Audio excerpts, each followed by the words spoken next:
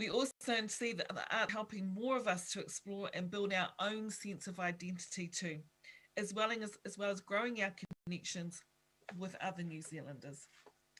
So for the first time also in this research, we've dedicated reports exploring different community relationships with the arts, Māori, Pasifika, Asian New Zealanders, and people with lived experience of disability, as well as continuing our regional and city reports. So, armed with that knowledge, we can see the strong potential of the arts to make a bigger and more powerful contribution to the well-being of Aotearoa New Zealand, a cause that we're all collectively contributing to, and one that is dear to the heart of our next speaker, who was already a strong supporter and lover of the arts, even before she took up leadership of this ministerial portfolio of arts and culture, taking over from Prime Minister Ardern, who along with Minister Kiritapu Allen hold associate ministerial roles. And so just before I introduce our minister, I just want to say, wish you all well for these next 2 days. I want to thank the CNZ whānau for their very quick retransformation of our Nui Te Korero online. I'm sorry that I'm not in the same room with all of you, but I look forward to our korero, to our ideas, and to our collective action that can spurn from this time that we have together. So it's my pleasure now then to introduce our very first Pacific woman to hold the role of Minister for Arts, Culture and Heritage, the Honourable Carmel Sepuloni. Talo Falava, Minister. Talo Falava, kia ora everyone, kia ora Karen, and thank you for the introduction to Karen. So good to be sharing this virtual space with you. And it's wonderful to be able to speak to you all at this year's virtual Nui Te Korero. I'd like to begin by acknowledging Kura Moeahu, Te Atiawa and Mana Whenua here today. Karen, and of course you as the Chair of the Arts Council of New Zealand, Toi Aotearoa, and Arts Council members. Stephen Wainwright, acknowledging you as well, our Chief Executive of Creative New Zealand. Haniko Te Kurapa, the Arts Practice Director of Creative New Zealand, and the team involved in organising the event who were able to make the impressively swift pivot to go online. I guess we're all very used to this now. On that note, I'd like to just sincerely thank everyone for their adaptability and attendance following the recent alert level change in Wellington. I know what an unsettling and uncertain time this can be, and so just acknowledging that for all of you. Nui Te Korero is a space for managers, leaders, producers, practitioners, marketers, and governors working in the arts to gather for conversations about the big issues facing the sector. It's a great opportunity for meaningful discussions and for connections to be made, and one not to be taken for granted. This year's theme is Toi Huarewa, Leadership for Transformation, looking at leadership within a Mātauranga Māori framework and drawing on the whakatauki, as you said earlier, Karen, ka mua, ka muri, walking backwards into the future. The idea that we should look to the past to inform our way forward. And I couldn't imagine a more appropriate theme. As I'm sure you all remember, this event was cancelled last year due to COVID-19, and the recent events in Wellington have been a sharp reminder of the impact of COVID in our communities. I'm really pleased we've been able to gather this year, albeit virtually. To enable the recovery of the arts, culture and heritage sectors in late May last year, the government announced a landmark $374 million investment across these sectors. Manatū Taonga, the Ministry for Culture and Heritage, is leading a suite of initiatives in partnership with its funded agencies, including, of course, Creative New Zealand and sector stakeholders, to deliver this funding over 4 years. It includes both short-term relief and longer-term support, allowing people and organisations to survive, adapt and thrive. Creative New Zealand has been instrumental in delivering significant portions of this funding, and I'd like to take this opportunity to thank Karen, Stephen, Haniko and the team for all your work in supporting New Zealand's arts community in response to COVID-19. Creative New Zealand also recently released a very timely piece of research, New Zealanders and the Arts, which many of you may have read. The findings provide a rich and insightful picture of the positive impact the arts have on our lives for both adults and young people alike. Reading through the research, a few things stood out to me. First and foremost, that New Zealanders are more positive than ever about the vital role the arts play in our lives. Furthermore, that the arts are helping more of us explore and build our own sense of identity as we grow our connections with other New Zealanders. I was honoured recently to host Rawiri Paratini's final performance earlier this month in Parliament. He said final, but let's watch that space. Watching Rawiri perform for the final time, and listening to the audience's response to his life's work was a powerful reminder of how profoundly the arts can resonate across generations and throughout our communities. Creative New Zealand's research also highlighted that more New Zealanders appreciate the arts' powerful role in connecting whānau and communities, but that access to the arts could be improved. This is something I'm aware of and that the government is working hard to address. The $70 million Te Tahua Whakahaumaru Creative Arts Recovery Employment Fund seeks specifically to enhance access to and participation in the cultural sector and to create employment and skill development opportunities. The fund acknowledges that there are communities in Aotearoa underserved in the cultural sector. This could be because they are underfunded, they experience barriers to access, or their culture and experiences are not well known across Aotearoa. One key example from the Care Fund I thought I'd touch on is the Creative Spaces initiatives, which cuts across my portfolios of arts, culture and heritage, social development and employment, and disability issues. New Zealanders and the arts showed that while highly engaged in the arts, people with lived experience of disability are less likely to feel that the arts are accessible or inclusive.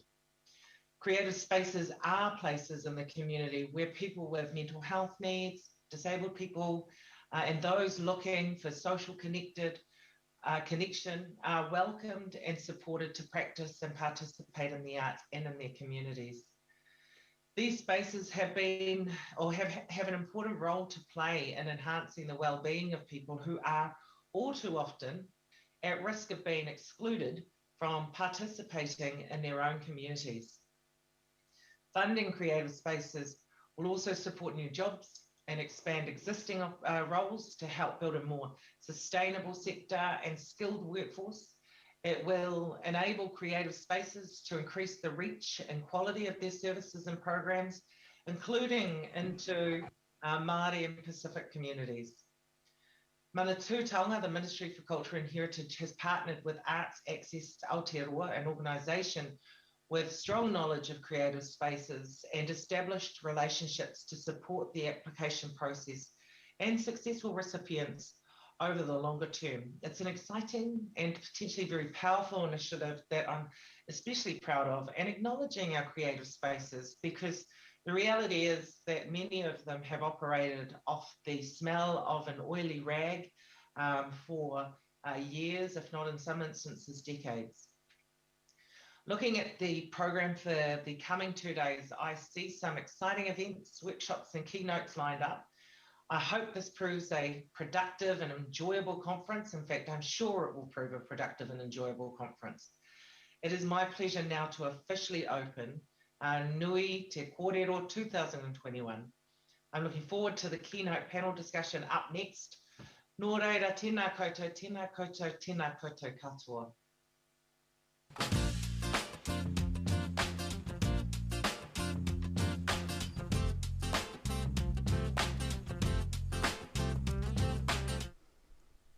Malo o pito e te minita. He taumata kōrero e haere ake ana. Welcome to the keynote address for Nui Te Korero 2021. And we have asked recognised broadcaster and journalist, head of news and current affairs at Māori TV to guide this discussion. Joining us via Zoom e te marikura e Wena Harawira. Tēnā koe. Tēnā koe, Amanda. Utira tēnā rau tātou katoa. E hika mā, haere mai ki te matapaki nā tuatahi o tā tātou hui. My name is Wena Harawira. My pronouns are she, her. You can identify me on screen by my white hair. I'm wearing black glasses, a black top and jacket. Now, in this session, I'm joined by 3 keynote speakers who will give us a preview. It's a preview of their presentations that they'll be making to Nui Te Korero, and this session is looking at transformational leadership through a Māori knowledge lens. You'll find out more about them on the app under the heading Speakers. And can I also remind you again that questions for our speakers can be lodged through the app under the heading Speaker Q&A. Now here's a brief introduction now about our speakers. Tamati Kruger is well known as the chair of Te Rito Matua, the Tūhoe Tribal Authority. He's also a social and political analyst, a father, grandfather, carver and wordsmith. Glenys Philip Barbara is in the studio and has worked in the public service for 30 years, led research projects, driven system change and directed numerous programs in business, education, social issues, the environment and the Māori language. She's the chair of the Tairāwhiti Arts Festival. Also in the studio is Jamie Tuta. He is the chair of Tourism New Zealand and Māori Television, the Taranaki Maunga Conservation Project, Te Runana o Ngāti Mutuna, and a trustee of Te Ohukai Moana, the Māori Fisheries Commission. Nō reira, tēnā koutou. Purina wena. Kia ora. Jamie, Jamie, can I begin with you first? Your address includes the raukura, or plume of white feathers, which is associated with the people of Taranaki, and your presentation is titled, My Raukura is a symbol of determination and resilience to the world. Can you summarise your presentation for us, please? Well, essentially, I'm drawing upon some key symbols that have guided our people of Taranaki, and I draw upon a kōrero from Te Witi o Rongo Mai, he puawai au no runga I te tikanga, he rau renga no roto I te raukura, ko taku raukura e manawa nui ki te ao. And this kōrero sort of states that I'm the result of a collective lived experience, that lived experience of our people, and that we can seek strength and inspiration from the raukura and the philosophy of the raukura, the white feather. And my raukura is a symbol of determination and resilience to the world. And so the raukura, that symbol, is an expression of our rangatiratanga, of our self-determination, because it was something that was adopted by Ngā Manuerua, Te Whiti and Tohu, to inspire our people during those very challenging, difficult times of colonisation, of land loss, and of what we say, decades of violation at gunpoint and violation of the pen. Do you think symbols like the raukura are important in terms of leadership, modern leadership? Most definitely. I think when I reflect on the lived experience of our people in Taranaki, and when you look at a symbol like the raukura, it is very powerful. It's very powerful because it is something that can be felt, can be seen, and it holds that narrative and that philosophy for our people of Taranaki. And for me, it's an example of, the use of symbols, which was, very relevant to our tupuna during their time. The use of tribal expressions, wakatoki, wakawai kōrero, which all sort of assisted to guide, to provide those lessons for our people to overcome those challenges that they faced during their time. And when we think about leadership and we think about the theme of this conference, that we walk back into our past to the future, I think from my perspective, there's a huge amount of knowledge that can be drawn upon from our past, from our tupuna, that is very much as relevant today as it was for them during their time. Ka pai. Glenys, Philip, Barbara, can I come to you now? Can you summarise, please, the theme of your address, the importance of letting go? Yeah, mōrena rā. As a mokopuna of two tepuna who signed Te Tiriti at Rangitukia, I spent a lot of time thinking about perhaps what their vision was. What was it that they were looking for? What did they imagine the future might be like for us, their mokopuna?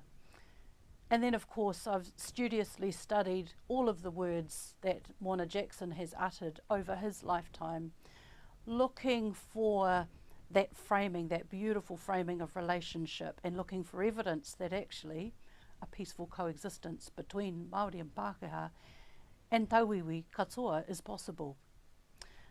And so I come to this letting go part. It seems to me that as we have developed and grown as a nation, we've continued to hold on some of the colonial overlay, the tools, the legacies that white supremacy has left imprinted in our nation.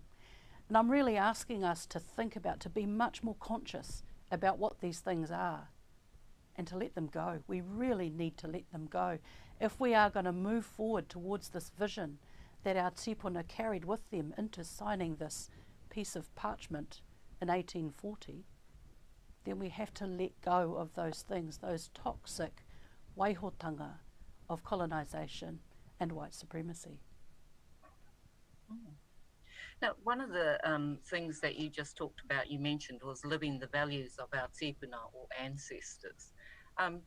I am conscious of the fact that people still quote Apirana Ngata and still refer to Apirana Ngata, but surely there are more contemporary leaders in Ngāti Porou that people can be talking about and advocating how we can tackle issues like white supremacy and hate speech.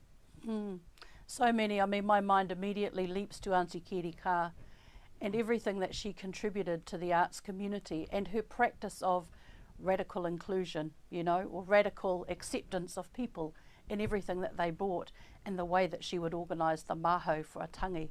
It was outstanding. Her entire world was informed by her whakapapa framework, her vast and broad knowledge of whakapapa. And she didn't care whether you were 15 and ready or 35 and a bit nervous, but if you were the living face of your line, then you had a role on the maho. And she would come and hook you out of the kitchen and make sure that you took it up. So yeah, so many mai kura, so many whatu kura in our world who are still living and breathing and here to guide us. Tāmati Kruja, can I come to you now, please? Your address is entitled, May My Feet Bring Me to Where My Heart Is. Where is your heart? What's it doing?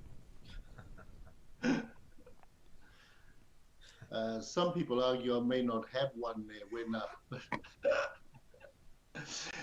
anyway, you don't need to adjust the color scheme on your monitor. This jersey is real.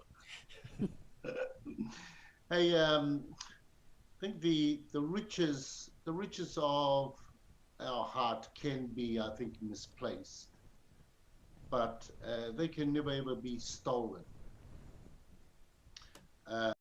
My feet is a simile I'm using for my actions, which I am committed must take me to where my heart or my soul originates from, and that is my tūhuetana and te urawera. And I think all Indigenous people dealing with colonization, we're all trying to find our way home. And home is that emotional place as well as this physical place. It's that spiritual origin and that mental space. It's not just a physical place. So we're all trying to find our way home, I think. And for all of us, it's the land that gives us our name and gives us our heritage. And it is the culture that gives us our soul and our purpose, our iwi. And I just hope that the whakatauki is true, that God is closest to those whose hearts need mending. Can I just digress just a little bit here? Where did you get your jersey? Well, Mrs. Morrison, who just passed away a few weeks ago, Wharehuia's sister, took pity on me one day and said, look, I've got all of these leftover wool. I'll knit you a jersey. And I foolishly said yes. And I didn't realize that she had collected rainbow colors. And so she knitted this jersey along with some caps, along with some socks, along with some gloves, and I would have looked like a Christmas tree if I put the whole ensemble on. And she did ask me if I was wearing all of them. I had to admit the jersey was far enough, that was loud enough, it was making people deaf. Oh, very colourful. It's very appropriate for our seminar. Back to the question at hand. In terms of transformational leadership, you're asking Tūhoi to unlearn and relearn knowledge, probably similar to something that Glenys was talking about letting go. How are you leading that change to unlearn and relearn? Well, people, I think, naturally resent and avoid change. Ironically, change is the only thing that brings progress. And it is the first law of nature that everything does not remain the same, that all things must change. So we as human beings must change with them, with the universe and with the world. And the riskiest choice that I think that people play is to play it safe and to accept servitude and to live in that most uncomfortable space that we have become accommodated to. But it's that place of safety is not real. It is the worst. It's the worst decision that we can make, is to do nothing. Is this task to unlearn and relearn knowledge amongst Tūhoi, is it working? It's very painful. It's very painful and at the same time inspiring. It has all the full promise like sunrise as far as I'm concerned, but we don't expect it or want it to be easier. Because all change is so uncomfortable, it's awkward, and it's provocative. But while we don't expect it to be easier, we do need it to be worth it. At the end, we need this to be worth it. We need to prove to ourselves that we are deserving of the moral objective that we are moving towards, which is mana motuhake, maximum autonomy, and to be the most authentic iwi and member of our iwi, of our whānau and hapu that we can be. So yeah, in short, it is painful and inspiring at the same time. Jamie, can I come back to you and ask you about how you are leading transformational leadership within your own iwi, but also within the organisations that you chair? Well, fundamentally, from an iwi standpoint, it's similar to what Tamati has spoken about, that we need to actually go through a process of decolonising our own minds. And understanding the impact of colonisation upon us. And that's no easy task because we've been programmed in a certain way. And, you know, when I reflect back, the imagery, the metaphor that was used by our tupuna was one that connected them to the landscape, to their place, to their whenua. It gave them an understanding and a sense of who they were in terms of identity. So for Taranaki, you know, we say we are the mountain is us in life and death. You know, Te Miringa Hohaia would say, you know, to other people, we come from the belly of the mountain, beat that. But what that does, it connects us to our maunga taranaki, and then it ensures that we have a set of responsibilities and obligations, but more importantly, it places us on the landscape. And then so, you know, actually we're trying to reconnect and get our people to understand the importance of our maunga and who he is. He provides us our identity. He gives us lessons. You know, our tupuna reference the high points of Taranaki as te maunga ti tohia.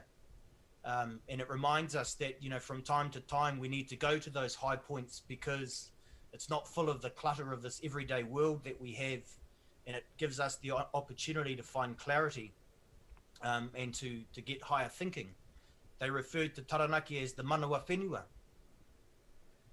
And that's a beautiful concept, because manawa whenua speaks to the source of the most pure and clear and refreshing water, which is obtained through and is naturally filtered through the whenua. But that manawa whenua actually speaks to the knowledge and the knowledge pools and systems that sit within the hearts of our people, that has been like the water that bubbles through Papatuanuku, has been filtered throughout time by the community and the environment, and essential to who we are in our well-being and identity. So for me, it's actually returning back to understanding who we are, our identity, and recapturing those attributes, that entrepreneurial dynamism and spirit of our tupuna. Because, you know, when they traversed the Pacific, it's one of the greatest feats of mankind to date. And in order to do that, they had courage and they were risk takers. And I agree with Tamati. Where is our courage today? Where is our appetite to take risks, to be the best Ngāti Mutunga I can be, to be the best iwi I can be, to be Māori? Glenys, can I come to you now? We are also looking at what needs to be in place to make progress and bring about transformational leadership.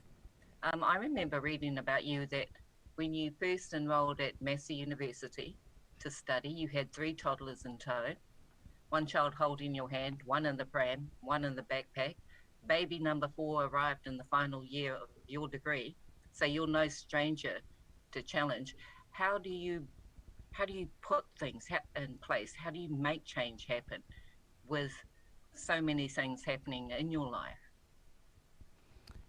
I think clarity of vision and having a moimoia that's real. I mean, there's nothing more real than having your tamariki all around you.